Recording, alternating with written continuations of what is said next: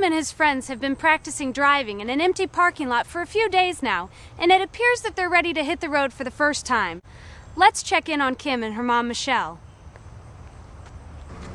Hi, Kim. Hello, Mrs. Davis. So are you two ready to hit the road? For sure. As ready as I can be. Well, I'm sure you're anxious to get started, so I'll let you get going. Good luck. Thanks.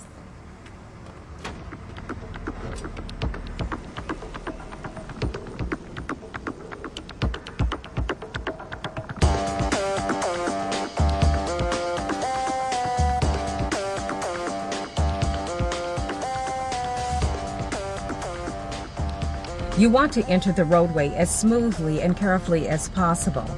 Make sure you turn your signal in the direction you want to go. Let's turn left here. How does the traffic look? Both directions look clear to me. Check again to be sure and then slowly accelerate into your lane. It still looks good. This guy coming on my left is going to turn. Whoa! What are you doing?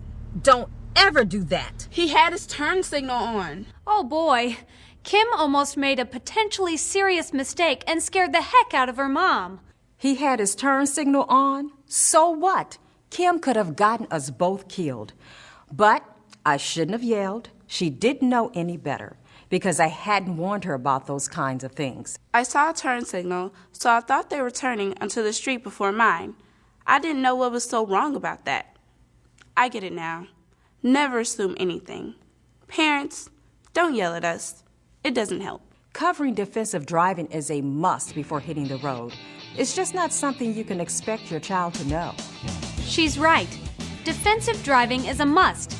It's unrealistic and unsafe to assume that all other drivers are going to abide by the law and drive mistake-free. Here's another look at Kim's situation. The approaching vehicle is signaling for a right turn. However, you never really know where they plan to turn until they actually make the turn. They could turn at an intersection directly before you, into the intersection you're sitting at, or an intersection immediately after you. And they may have forgotten to turn off their signal from a previous turn and have no intention of turning at all. Like Kim has now learned, never make decisions based on assumptions. So we're cool now, right? We're good. Good. Now let's try this again.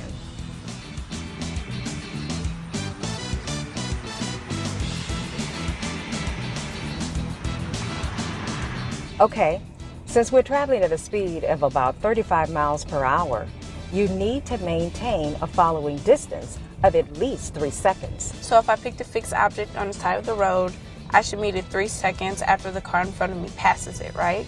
That's right. Let's use that guy at the bus stop ahead as an example. As the car in front of us reaches it, begin counting. 1, 2, 3. Great. So you've got enough distance to steer and brake out of problems if they occur. As your speed increases, I'll need to increase my following distance. Very good. Now remember, you must maintain a safe following distance and stick to the speed limit. Oh, sorry, I didn't even realize I was going that fast. It takes time and practice to get a feel of the speed you're traveling. But you must understand, traveling slightly above the speed limit really doesn't get you anywhere much faster. And driving way above the speed limit may get you where you're going a bit sooner, but at what risk? A great risk, that's what.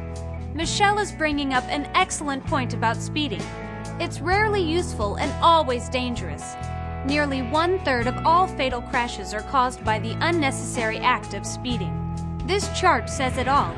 It shows the relationship between speed, time saved, and risk of death. When traveling 10 miles, the difference in traveling time between 50 and 85 miles per hour is less than 5 minutes. Yet the risk of death is 12 times greater. Okay, so maybe you're thinking to yourself, I'll never drive 35 miles per hour over the speed limit, so I don't have to worry about such a risk. But look at these numbers. For every 10 miles per hour you drive over 50, the risk of death doubles. Is it really worth the risk? Or would it make more sense to depart a few minutes earlier? For those of you still not convinced, we decided to take a look at a real-world scenario and run a little experiment of our own. Because many people equate speeding with arriving sooner, we ran 2 separate trials incorporating 2 speeds. The method was as follows. Jamie traveled to and from work for a week, while traveling the speed limit at all times. The distance traveled was 9 miles each way. Jamie recorded his travel time using a stopwatch. He started the stopwatch as soon as he entered the roadway and stopped it once he entered his driveway or workplace parking lot. He entered his data into a spreadsheet daily. Thankfully, he always remembered to save the information. Jamie then repeated these steps while traveling 10 miles per hour below the speed limit. Now, I could show you hours of footage of Jamie driving to and from work, or I could just reveal the results of our experiment. Yeah, I thought you'd prefer to see those results, so here they are. As you can see, after adding all the times together, Jamie's average time of travel while driving the speed limit was 14 minutes and 50 seconds. Let's take a look at how he fared when traveling 10 miles per hour slower. As you can see, after adding all the times together, Jamie's average time of travel while driving 10 miles per hour below the speed limit was 16 minutes and 10 seconds. Let's take a look at those averages side by side. As expected, Jamie saved a little time when he drove 10 miles per hour faster, but on average, he only saved an incredibly insignificant 1 minute and 20 seconds per trip. Keep that in mind when you're driving. Speeding presents way more problems than it does solutions. The negative impacts of speeding include speeding tickets. You will be fined large amounts of money, your insurance rates will go through the roof, and multiple speeding tickets may result in suspension of your license, all just to save a few minutes. Increased stopping distance. The faster you drive, the longer it takes your vehicle to stop when braking. If the unexpected happens ahead of you, there's a good chance that you won't be able to stop in time to avoid a collision. Accidents and injuries. Speeding greatly increases your chances of being involved in an accident, therefore greatly increasing your chances of being injured or injuring others. As I mentioned earlier, nearly 1/3 of all fatal crashes are the result of speeding. Seriously, speeding plays a huge role in many accidents.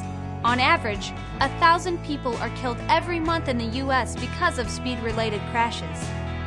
Speeding causes so many fatalities because the greater the speed, the greater the impact. When speed increases from 40 miles per hour to 60 miles per hour, the force of impact more than doubles. Arrive alive might seem like a cheesy slogan you see on the side of highways, but it's a valid point. It's much better to take your time getting somewhere than it is to never get there at all. Now, as we approach this intersection, you have to be aware of what's going on around it. You need to search and identify various things. Can you tell me what type of intersection we're approaching? That's a 4-way intersection. Okay. How is it controlled? It's controlled by 4 stop signs. Good. Now, do you notice any potential problems within this intersection? I don't see any real problems, but I do see some people that look like they're about to cross the street. Nice catch. You have to be extra cautious of pedestrians. They always have the right-of-way. I want you to make a right turn at this intersection. So what should you do? I'll signal and position myself on the right side of the lane. You also need to think about drivers approaching this intersection from other directions. It's just as important to know what they might do as it is to know what you're going to do. But even if I know what they're supposed to do, that doesn't mean that's what they're gonna do. That's exactly right, Kim. You should be thinking like that at all times. Now, with everything that you've told me, make this turn here.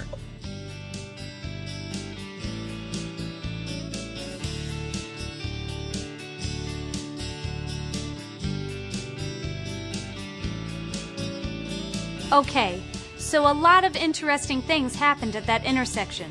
Let's slow it down and take a graphical look at this situation from the beginning. Kim did a great job